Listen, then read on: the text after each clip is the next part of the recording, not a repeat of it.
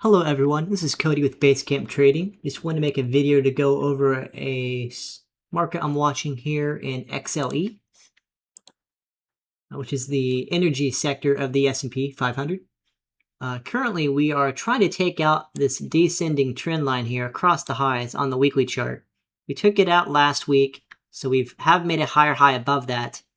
That being said, I'm also looking for a bull flag pattern. We have a lower high right here today this week. So if we get above this week's high, $59.30, and we move above that next week, I'm looking for a next up move to the upside.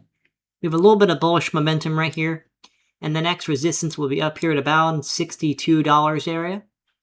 And if we get above that, up to $63.46, to see if we continue to move higher long term.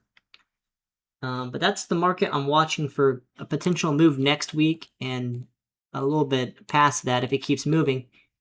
So keep your eye on that and watch to see if we get above $59.30 to push higher off the weekly bull flag. If you like this kind of content and you want to check out our trading rooms, we do offer a $7 1-month access trial, and you can access that at by emailing support@basecamptrading.com.